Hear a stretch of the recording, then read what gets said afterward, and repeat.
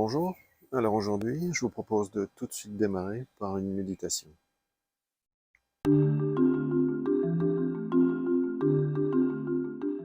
Bon, l'instant méditation.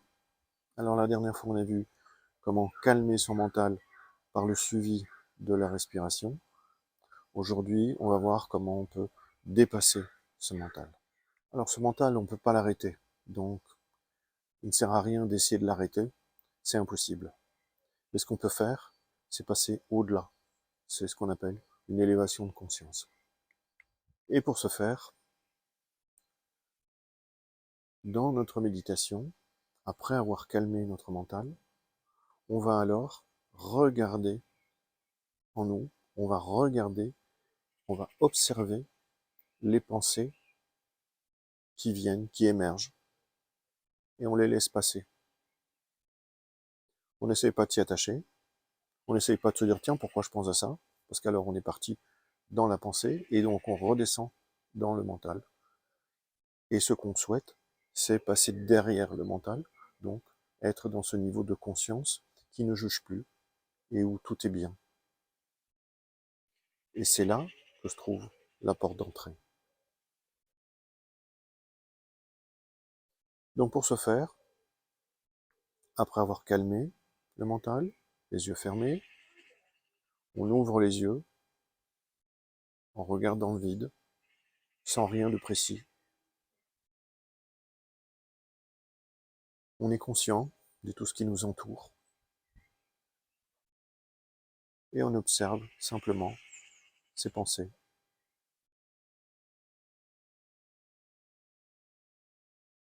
Et en les observant, en fait, on se détache de son mental. À vous maintenant, essayez l'exercice. Si vous n'êtes pas encore relativement calme, passez d'abord par la phase de calmer votre mental et en suivant votre respiration, les yeux fermés, et puis ensuite vous abordez l'exercice d'observer vos pensées sans vous y attacher. Faites ça pour quelques instants, quelques minutes.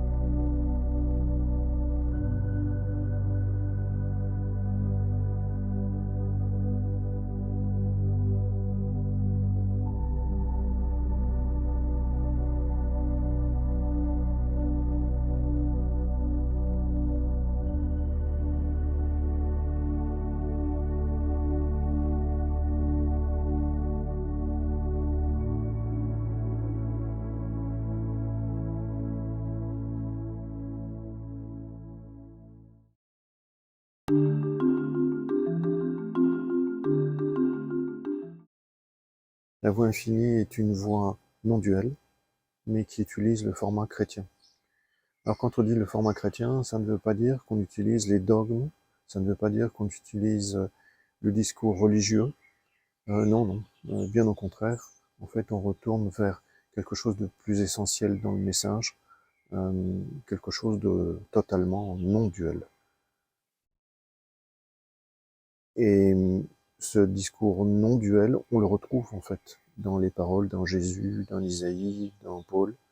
On va le retrouver, simplement et malheureusement.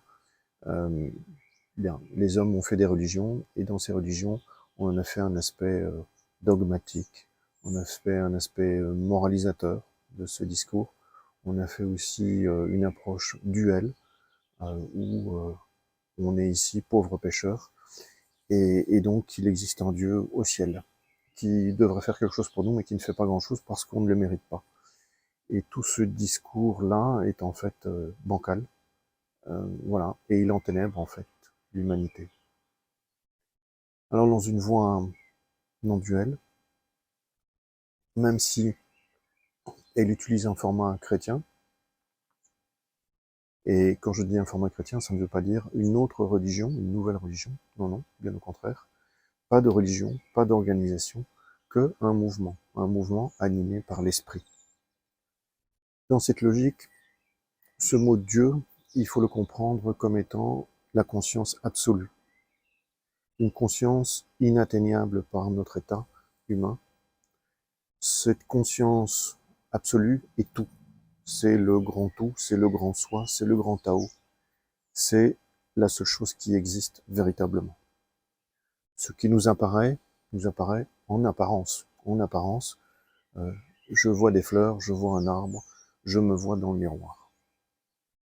Mais la seule chose qui existe, c'est cette conscience absolue, qui, elle, se manifeste d'abord sous un fils, c'est-à-dire un reflet, quelque chose de plus matériel déjà que cette conscience absolue, donc une forme de reflet, qu'on appelle le Christ, mais on peut aussi l'appeler la conscience pure, comme dans l'Advaita Vedanta indien, et c'est ce reflet, ce fils, cette conscience pure, qui, elle, à son tour, manifeste la vie comme on la connaît sur Terre.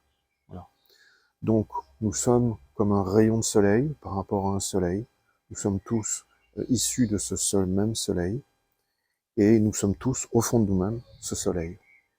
Et donc, il y a une progression, en fait, de cette conscience absolue vers une conscience pure et vers une conscience individualisée que nous sommes, en tout cas en apparence. Et cette conscience individualisée se subjectivise pour créer ce sentiment de vivre par nous-mêmes, d'une façon totalement individuelle, totalement séparée. Et ça, c'est l'illusion. L'illusion de la séparation entretenue pour pouvoir vivre en fait la relation à l'autre, la relation aux événements en toute liberté. Alors ce Dieu au ciel, ou soi-disant au ciel, ne fera jamais rien pour nous, parce qu'il le fait à travers nous. Puisque ce Dieu est au fond de nous, cette conscience d'amour, de vie, d'abondance, de santé, est en fait notre être véritable. Il y a donc une progression en conscience. Cette conscience absolue qui devient conscience pure et conscience individualisée est une progression perpétuelle. Donc il y a une relation perpétuelle, on pourrait dire filiation entre tous ces niveaux de conscience et jusqu'à notre état de vie où nous sommes équivalents à un brin de gazon. Alors si nous sommes cette conscience qui s'individualise en chacun de nous, en chaque être vivant, que ce soit une fleur, un arbre ou tous les brins de gazon, c'est toujours en fait cette vie qui se manifeste. Et nous ne sommes pas cette vie, nous ne sommes pas Dieu. Se dire que nous sommes Dieu est pure folie. Par contre, c'est réaliser que la vie nous utilise et la vie est notre être pour se manifester. Et donc nous sommes au service de cette vie. Nous sommes, en tout cas, lorsque nous sommes éveillés à cette réalité, alors nous vivons par la grâce. Nous vivons par cette grâce qui va au-devant de nos pas et qui anime notre vie d'une façon de plus en plus harmonieuse. Le jardin d'Éden existe sur Terre, mais il faut en faire l'expérience.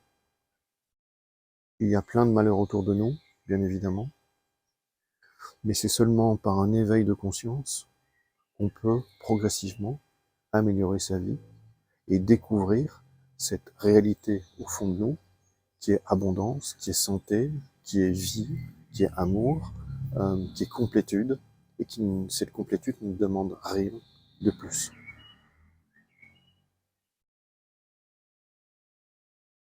Cette expérience heureuse peut se vivre, et on peut aussi constater que dans le reste du monde, il y a de la guerre, il y a des souffrances, etc. Ça ne remet pas en question ce qu'on découvre. Le cheminement est un cheminement individuel. Le travail à faire est un travail individuel. L'adage le dit, sauve-toi et tu sauveras le monde.